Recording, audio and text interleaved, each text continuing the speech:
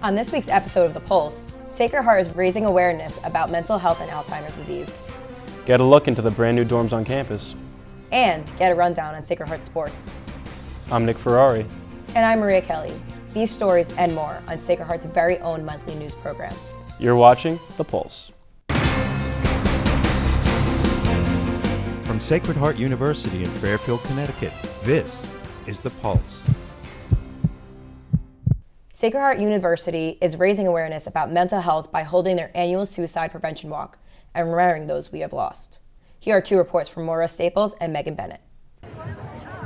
September is National Suicide Prevention Month. On Tuesday, September 10th, students gathered on Upper Quad to take part in an annual suicide prevention walk. Campus was brought to life as the SHU community came together to honor the lives of students Jalen Lee, Peter DeSalvo, and Ryan Lahiff, who tragically lost their lives to suicide. The event began with speeches from students and faculty, each describing how their lives had been impacted by mental illness. Within the crowd, tears were shed and friends held each other tight, embodying the event's message that no one is alone. The reason I walk today is to show people that they are never alone. So if you see somebody on the walk today that is on their own, I encourage you to join them and start a conversation. Together, the SHU community began their walk so that no one else will have to walk alone.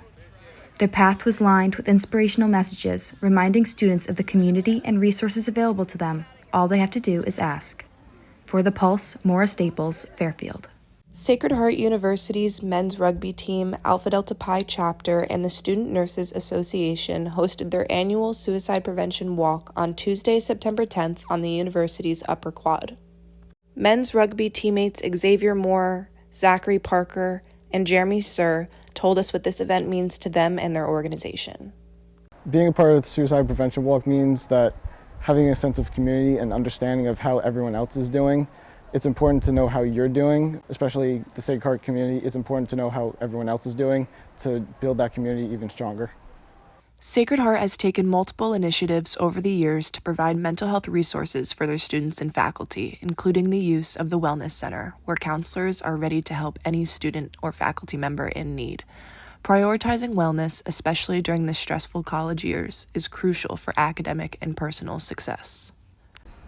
Being part of the suicide prevention walk means a lot to me personally. I know some people that have been affected by suicide, and I think that this is just a great thing for the community. That way we could spread awareness and make everyone realize that they're not alone. As a team, we decided to walk because unfortunately 5 years ago, our teammate Peter DeSalvo committed suicide, and that became a very impactful moment to us, and then we decided this should be our philanthropy. So we want to make sure no one else has to go through that and feel the way he felt. SNA President Amanda Bieberman gave us insight into how crucial mental health care is, not only in the healthcare field, but all around us on a daily basis. Suicide prevention is something bigger than just a day. To our organization, to SNA, the Suicide Prevention Walk is something that speaks to us not only in like a personal way, but in the healthcare setting. It's important as nurses to go into every patient's room and consider their mental health. And then also it's very important to consider our mental health because working with patients, working long hours, it's important to take care of yourselves as much as you're taking care of your patients. Vice President of Member Development for Alpha Delta Pi, Abigail Volpe, stresses the importance of always being nice to people and different initiatives ADPi has taken for this event to be made possible. Being a part of the Suicide Prevention Walk is super important to Alpha Delta Pi. We've been a part of it for the last 3 years, I believe. My position has been planning it, and we just work super hard to remember those we have lost and also remember those who are struggling. And to myself, I just think it's so important to remember that people are struggling and you may not know what's going on. So just to always be nice to people. And the idea of the walk this year is to not only remember those we have lost, but to also just celebrate life, celebrate happiness, and celebrate the little things. 49,000 people died by suicide that year, which equals 1 death every 11 minutes.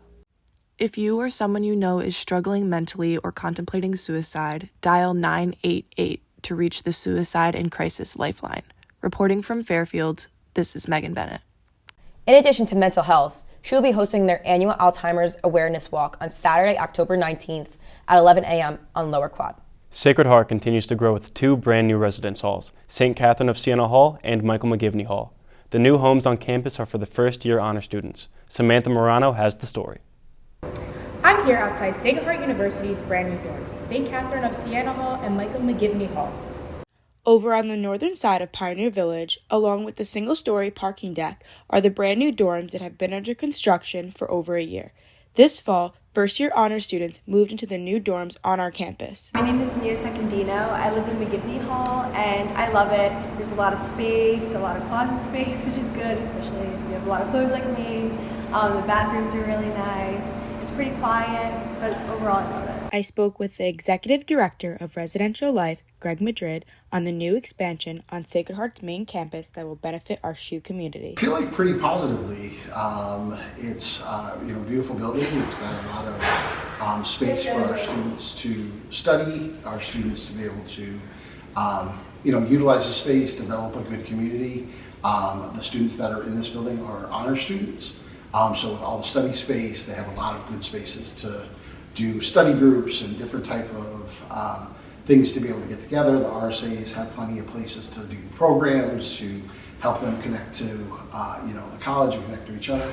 So I think it's been a pretty positive addition. We like how spacious the room is, that it's really clean and really new, and the bathroom is really nice. Yeah, and we love that we have the suite with 2 other girls because that's how we made friends, and it was really fun. We are a very popular school. Sacred Heart has continued to grow. Our incoming classes and our retention numbers of students, choosing to stay after freshman and sophomore year has been continually on the rise. And so with the demand of Sacred Heart, we needed to build more halls. With Sacred Heart being a very popular school that has continued to grow, the incoming classes and retention numbers of students choosing to stay after freshman and sophomore year has continually been on the rise. And so with the demand of Sacred Heart, there has been a need to build more halls. Due to the building of the new dorms, it allowed more sophomores on Sacred Heart's main campus and to have less sophomores be in the off-campus properties, unless they chose to be out there. From Fairfield, Connecticut, I'm Samantha Morano. Wow, those dorms are so nice. I know, right? What a great addition to our campus. When we get back, find out about a pioneer trip to paradise. And get a behind-the-scenes look at Sacred Heart's newest performing arts wing.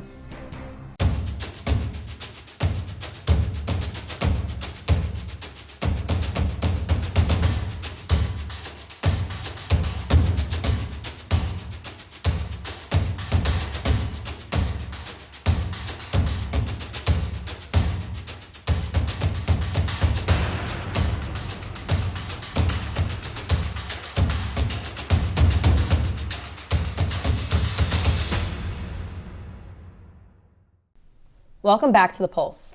The International Media Literacy Research Symposium is a biannual conference that brings together academics and researchers from across the globe. This summer, Sacred Heart University sent 7 students to the Azores in Portugal for a roundtable presentation on respectful discourse in a mediated world. Colin Mora has the story.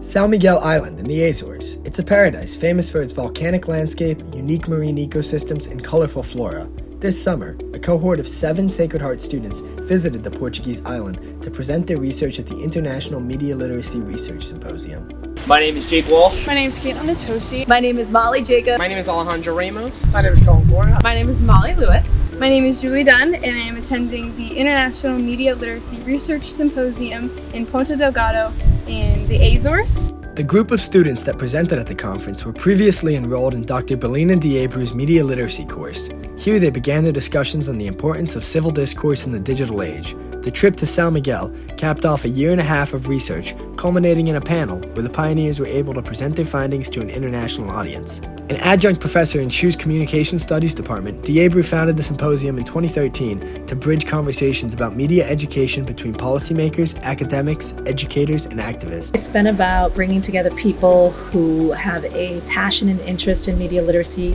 education, in media literacy itself, and it's really an opportunity to explore and open up doors between young researchers and seasoned researchers and really grow this field, which is really important, especially in this day and age. I think that this conference in particular is different compared to others that I've attended because of the unique makeup of the attendees. Here we have researchers, we have professors, we have teachers from K through 12, we have librarians, public policy people, and students. It's really fantastic to have a wide breadth of individuals participating. It's been great. I mean, getting everyone's opinions on how they feel and seeing a bunch of different presentations from people all over the world and knowing that this isn't just talked about in America. This has been an amazing time. It's my first ever conference, and just being able to hear all the amazing presentations from incredible professors, researchers, academics from across the world has been fascinating. I've learned so much about media literacy, technology, the political landscape in both America and across the globe. It's just been an amazing conference, and I'm so grateful for Professor Belina Diabru for setting this up. The 5th International Media Literacy Research Symposium featured submissions from across the globe. This year's conference was their largest ever. The SHU cohort had the opportunity to learn from this diverse group of academics, attending speeches, workshops, and Q&As on misinformation and civic engagement. The group also had the chance to travel around the island together, creating bonds through their shared abroad experience. I got involved in this cohort through Dr. Diabru. We took her class Media Literacy in the spring of 2023, and I knew from the first day that it was going to be a great class. And I loved how she was able to allow me to learn and converse with the other students, and it felt like a friend group more than a class. During their panel, the students discussed topics related to media literacy and the current state of discourse. Their research focused on topics from social media's impact on political engagement to the importance of critical thinking when navigating the digital landscape.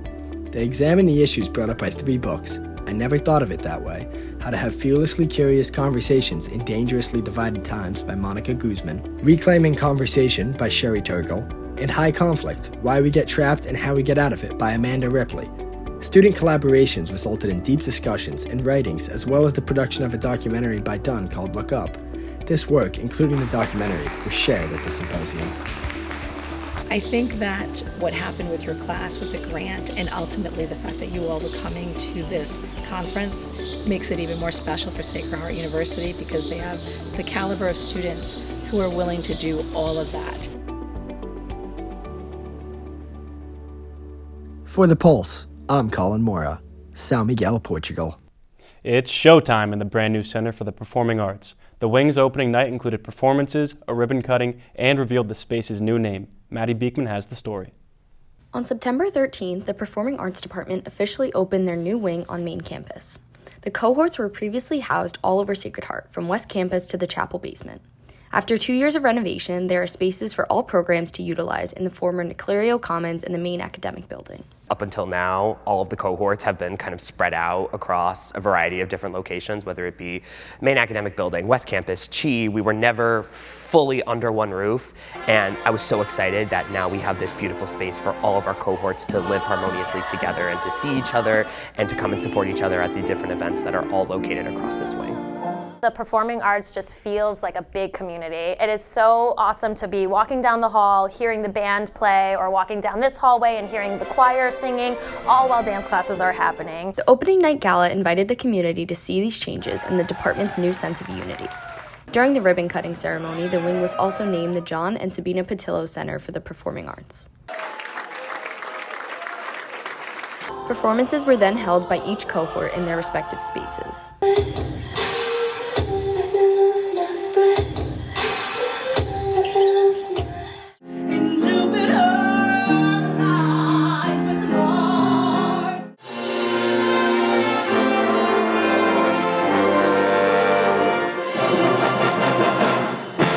The new facilities have changed how each program runs and expanded the opportunities they have. Having 3 studios in the new wing has allowed us to have more dance classes available for our students, and we also have designated rooms, so it feels like each person has each cohort has a little home in each studio. So for the theater arts program, the addition of the new black box theater is really pushing the boundaries of what students can do when it comes to theater. We have a whole new brand new tech booth with state-of-the-art technology where students can learn about lighting and sound design and projection design, and in a space that is totally able to be morphed and designed around a variety of different productions and styles. With over 1,000 students involved in the performing arts at SHU, the new spaces encourage even more growth in the future. Having this new wing for the performing arts will really increase the draw to Sacred Heart for the performing arts.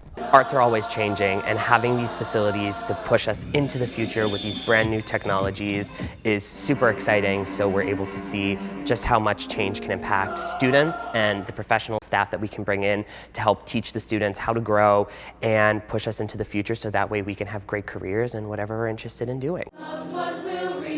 Reporting for The Pulse, Fairfield, Connecticut, Maddie Beekman.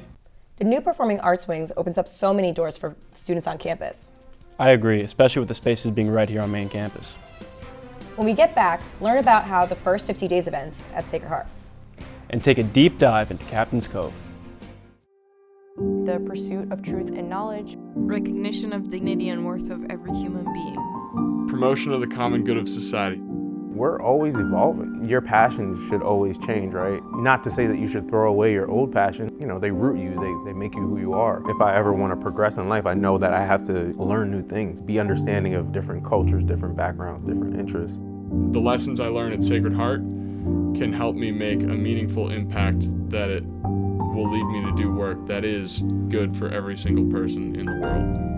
I'm drawn to writing socially impactful pieces because theater, it speaks to broad audiences. They can learn from the piece, or they might sit there and say, I've been through that.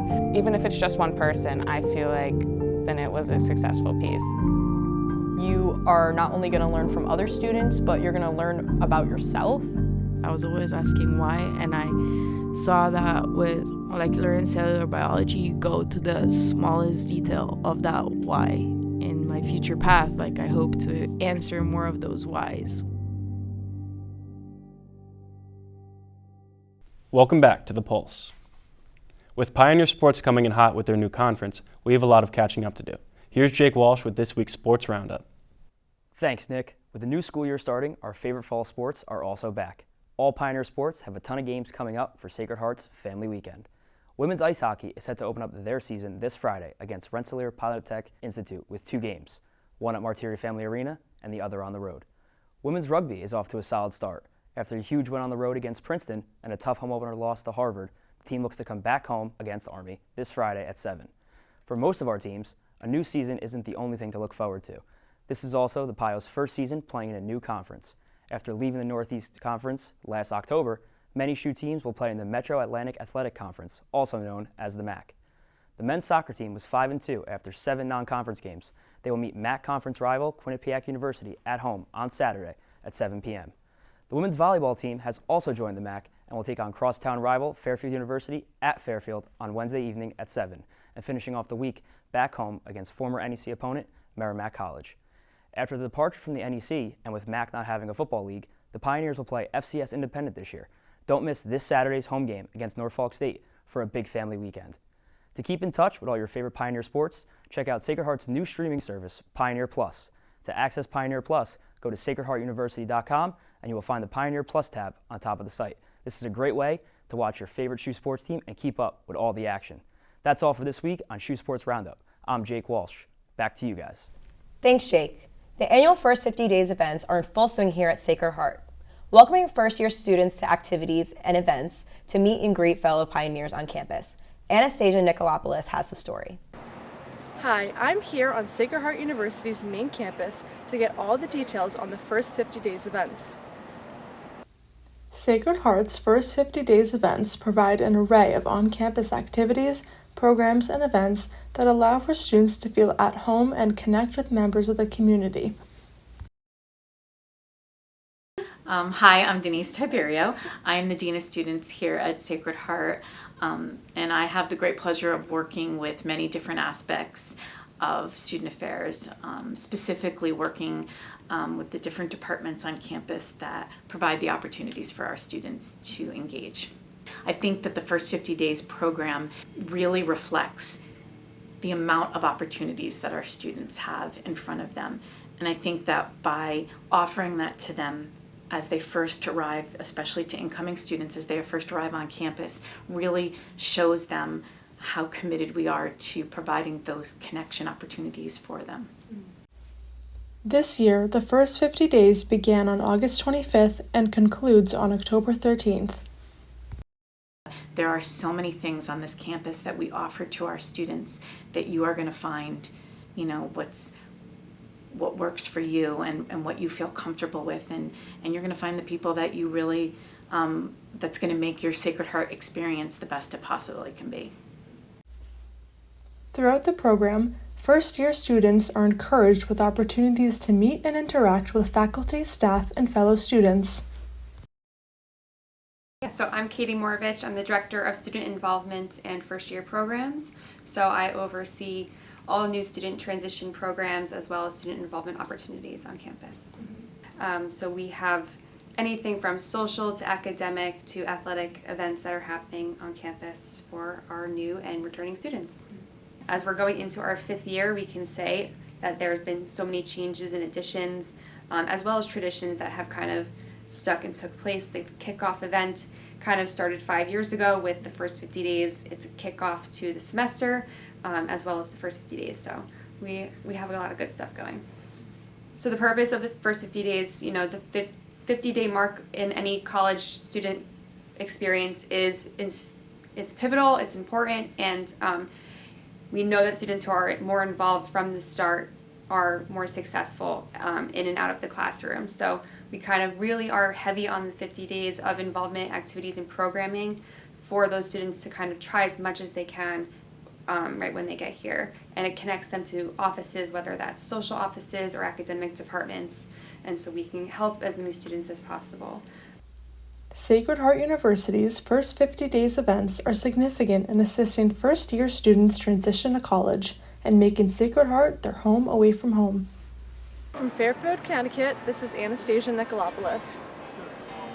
As the summer comes to an end, so does the fun at Bridgeport's Captain's Cove. It closed for the season this past weekend. Julia Ciora has the story. Located right on the marina in Bridgeport, Captain's Cove has been a popular spot for members of the Bridgeport community and surrounding towns to unwind after a long week, grab a bite to eat, enjoy live music every Friday, Saturday, and Sunday, or take in the scenic views. With its coastal casual atmosphere and boardwalk shops, this restaurant and bar offers a great escape for SHU students to unwind before the fall semester. This hidden gem has been open for 42 years and has gained a lot of attention from students on campus. Captain's Cove is a great place that I've been coming to for years with my friends here at Sacred Heart. They have great food, great service, great views right on the water. They have live music, which is awesome, and I've loved coming here with my friends for the past 4 years. This restaurant and bar works hard to preserve its beautiful backyard Long Island Sound. Take it from Captain Tom, who's been working at Captain's Cove for many years. It's a lot of fun here, always a beautiful sky, no matter what the weather seems like. A lot of interesting fish to look at, and a lot of interesting, all different types of people come here. That's one of the best things about it. If you haven't had the chance to visit this lively spot, make sure you go next season, as you won't want to miss out on their vacation-like atmosphere and delicious lobster rolls. For The Pulse, I'm Julia Ciora, Bridgeport, Connecticut. Wow, that seems like such a cool place. I'm definitely gonna have to visit it in the spring. I agree, it's such a hidden gem. Well, that's all we have for you today. Thanks for watching, and be sure to tune into our next episode. I'm Nick Ferrari. And I'm Maria Kelly. We'll see you next time.